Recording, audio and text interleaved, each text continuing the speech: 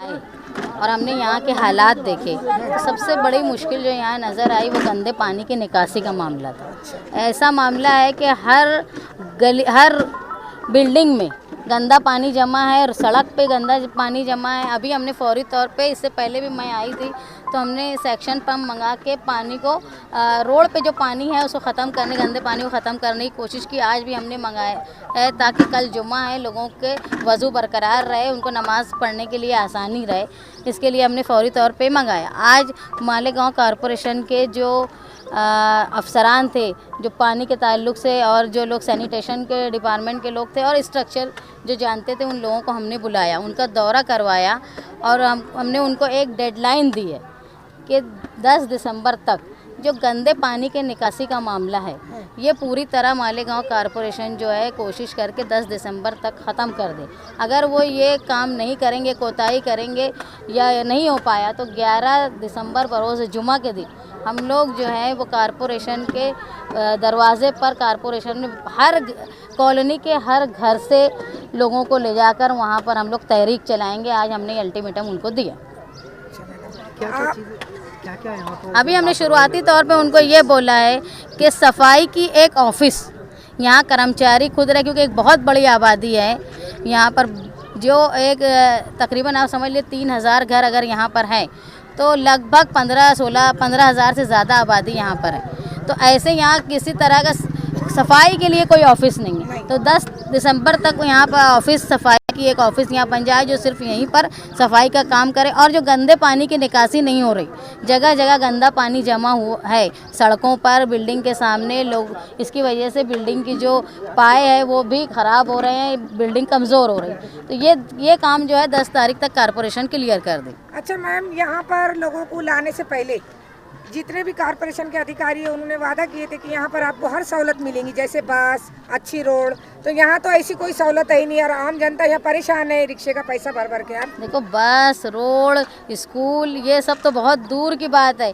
यहाँ गंदगी जो है वो सबसे बड़े बुनियादी मसला अभी ये यहाँ है। जब मालेगांव कॉरपोरेशन सड़कों पर आबाद लोगों को यहाँ आबाद कर रही थी, उस वक्त महागठबंधन के गठ नेता और जनता दल के सदर बुलंद इकबाल साहब ने कॉरपोरेशन महासभा में 2018 में ये मांग की थी कि आप जो सर्वे करें पहले, जो बिल्डिंग यहाँ तामीर है, क्या है ये इंसानों के रहने के काबिल है, क्या मजबूत है, क्या यहाँ सफाई का इंतज़ाम है, क्या यहाँ पानी का इंतज़ाम है, क्या बच्चों के मुस्तकबिल और तिब्बी मदद हो सके, ये सारे इंतज़ाम अगर है तो ही लोगों को मुंतकिल किया जाए।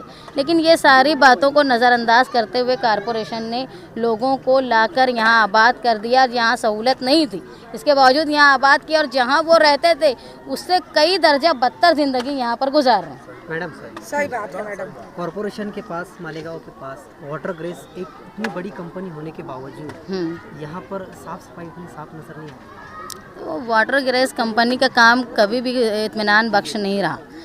हमने हमेशा से 2014-2015 से मुखालफत शुरू की है कि यहाँ अपनी ज़िम्मेदारी से काम वाटर ग्रिज कंपनी नहीं करती। उसके साथ उनके जो तरीक़ाकार है वो साफ़ सफाई को तो दूर, वो माली तौर पे नुकसान कॉरपोरेशन को पहुंचा रही है, जिसकी हमने वक्तन फ़ौक्तन जनता दल की तरफ से, महागठबंधन की तरफ से शिकायत की और हम उसके ख़िलाफ़ तहरीक चलाए। मुस्तकीम डिग्नेटरी साहब जो थे वो भूख हड़ताल पे बैठे और जनता दल के वर्करों के साथ, लेकिन इसका कोई मुकम्मल हल नहीं निकला। जो हम उम्मीद करते थे कि भाई निकलेगा, कभी तो निकलेगा, लेकिन हम जैसे कहते आए कि वाटर ग्रिज जो है वो कांग्रेस की दुकान है, तो तवज्जो उनकी है ही नहीं और ना ही प्रशासन का और शासक का उस पर कंट्रोल है। एक नारा लगाना चाहिए क्या कॉरपोरेशन के खिलाफ, हम तुम्हें टैक्स देंगे, तुम हमें परेशानी, लगाना चाहिए क्या? बोलना चाहिए। जो लोग तकलीफ़ में आए, जो हालात है, सही बात है कि जो हिसाब से सहूलत मिलनी चाहिए वो लोगों को मिलती नहीं, और टैक्स बराबर वसूल होते हैं और हर साल टैक्स में इजाफा होता रहता है और हालात जो है वो नाकिस होते जा रहे हैं हर साल।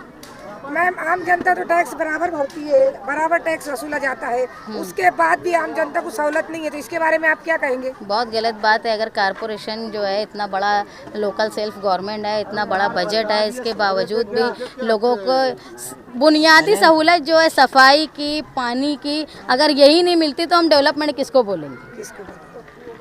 मालेगांव कॉरपोरेशन जो बुनियादी सहूलत भी नहीं दे पा रही है, ये बहुत अफसोस की बात है। मेरा आखिरी सवाल है मैडम, क्या आपको नहीं लगता कि मालेगांव शहर का सबसे गंदा इलाका है? क्या? मालेगांव शहर का सबसे गंदा इलाका है 11,000? ये 11,000 कॉलोनी सबसे गंदा इलाका है, ये अलग बात है। ये मालेगांव शहर में कारपोरेशन ने लोगों को यहाँ लाकर बसाया है। ये पूरा एक मतलब मैदानी इलाका था, इसको इस तरह से बनाया गया है कि लोग यहाँ आके आबाद हो, तो इसकी ऐसी हालत है। तो आप बताओ कि अगर ये कोई ऐसा लोग आके बस गए, ऐसा नहीं, कारपोरेशन ने लोगों की सहूलत बता के वैसा बनाया है कि भाई लोग यहाँ आराम से रह पाए, लेकिन ये इलाका जो है वो सबसे गंदा है। ये अफसोस की बात है, शर्म की बात है मालेगांव शहर के कारपोरेशन की। मालेगांव शहर में तरक्की का नारा लगाने वालों की पोल मालेगांव शहर में भी खुलती रही है, और जो नया मालेगांव बसाने की बात की है आज यहाँ आकर तो पूरी तरह उनकी पोल खुल गई। 2009 में जब ये ISSDP की स्कीम आई, उस वक्त भी हम इसकी मुखालफत कर रहे थे। मालेगांव शहर में जनता दल वाहिद पार्टी थी जो इस स्कीम की मुखालफत करती थी। हमारा ये बोलना था कि जहाँ पर जो लोग ओपन स्पेस पे रह रहे हैं, रोड वालों को छोड़कर, उनको वहीं पर घर बना के दिया जाए। सेंट्रल गवर्नमेंट के पास 2 स्कीम थी, मगर उस वक्त के इक़्तिदार में रहने वालों ने इस स्कीम को लाया, अब लेकर आ गए। इस स्कीम को लाने के बाद इसका पूरा सिस्टम ही कारपोरेशन की तरफ से एकदम गलत था। मैंने आज तक दुनिया में ऐसा कोई शहर नहीं देखा जो पूरा एक शहर उड़ के आए और दूसरी जगह बस जाए। जब 2009 से ये काम शुरू हुआ, जो बिल्डिंगें बनी थी, उस वक्त से ही लोगों को शिफ्ट करने की बात होना चाहिए थी, जो कि उस वक्त नहीं हुई। और जब शिफ्ट नहीं हुए लोग, और आज जब ये लोगों ने जिन लोगों को यहाँ लाया है उनकी हालत देखने के बाद, कारपोरेशन की बुनियादी सहूलत में सेहत और सफाई ये कारपोरेशन की जिम्मेदारी है, सबसे पहली जिम्मेदारी है। और यहाँ वो अपनी पहली ही जिम्मेदारी को निभाने में बिल्कुल फ्लॉप हो गई, बिल्कुल नाकारा हो गई। ऐसे हालात में मगर हम अपोजिशन में रहते हुए इनके लिए तहरीक और आंदोलन कर सकते। कुछ लोग मालेगांव शहर में अब ये बोलने लगे कि तहरीक और आंदोलन से क्या होता, और हम हमेशा ये बोलते कि अगर कोई मसले का हल इस शहर में या दुनिया में निकला है तो तहरीक और आंदोलन से ही निकला है। और ये मालेगांव शहर भी देखेंगे, बरसरे इक़्तिदार भी देखेंगे और कारपोरेशन भी देखेंगे। अगर 10 दिसंबर तक इनका ड्रेनेज का मामला और सेहत और सफाई का मसला हल नहीं किया गया, अगर ये हल हो जाएगा तो स्टेप बाय स्टेप हम इनके पावर सप्लाई का मसला हो और जो स्ट्रक्चर ऑडिट का है वो भी बात करेंगे। मगर अभी पहली तरजीह हमारी ये है कि ड्रेनेज, सेहत और सफाई का मसला हो। 10 दिसंबर तक इन्होंने हल नहीं किया। 11 दिसंबर बरोज़ जुमा में यहाँ से 12 से 15 हज़ार मर्द और ख़वातीन का जुलूस लेके शान हिंद की क़यादत में हम खुद यहाँ से निकलेंगे और कारपोरेशन के पास जाकर जब बैठेंगे तो जब तक इनका मसला हल नहीं होगा हम पूरी कारपोरेशन की नई और जूनी बिल्डिंग को घेर लेंगे। और ये कारपोरेशन को भी हम अल्टीमेटम देते, पुलिस डिपार्टमेंट को भी हम पहले से ही बता दे रहे हैं, हम उनको भी लेटर भेज देंगे, कल कारपोरेशन को भी भेज देंगे, कलेक्टर को भी दे देंगे कि ये बहुत बड़ा आंदोलन होगा जो मालेगांव का एक तारीखी आंदोलन हो जाएगा। और इसमें अगर लॉ एंड ऑर्डर का कोई सवाल खड़ा हुआ तो उसकी पूरी जिम्मेदारी कारपोरेशन आयुक्त और बरसरे इक़्तिदार पर होंगी, मेयर और दूसरे जो ओहदेदारान हैं। इसलिए इसको अल्टीमेटम समझ के इस 20 दिनों का मौका मिला है। कारपोरेशन ने ईमानदारी से इनका ड्रेनेज सिस्टम हल करना चाहिए, नहीं तो एक बड़े आंदोलन की तैयारी हमारी है और कारपोरेशन भी उसके लिए तैयार रहे। साइज इतनी कम है कि बड़ी बड़ी बिल्डिंगों में पानी एक नल आता तो पानी बह जाता बाहर निकल। जितना ज्यादा पानी मिक्स हो जाता गटर तो पाइप से जो पानी पीने का आता उसके अंदर गटर का पानी 14 नंबर बिल्डिंग के अंदर दलित समाज के लोग भी रहते हैं, उनसे चलो देख लेता हूँ। कारपोरेशन में जाओ,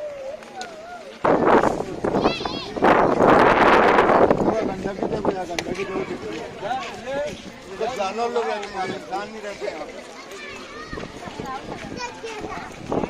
वाले लोग हैं, आज ऐसा हो गया है कि जानवर की अहमियत जो है वो इंसानों से ज्यादा हो गई। चाहिए हल।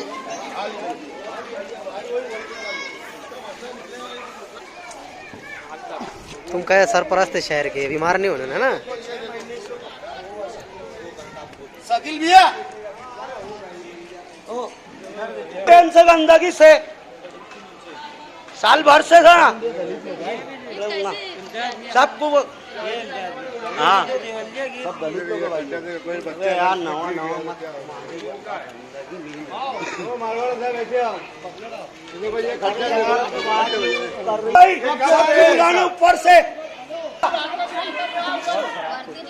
एक और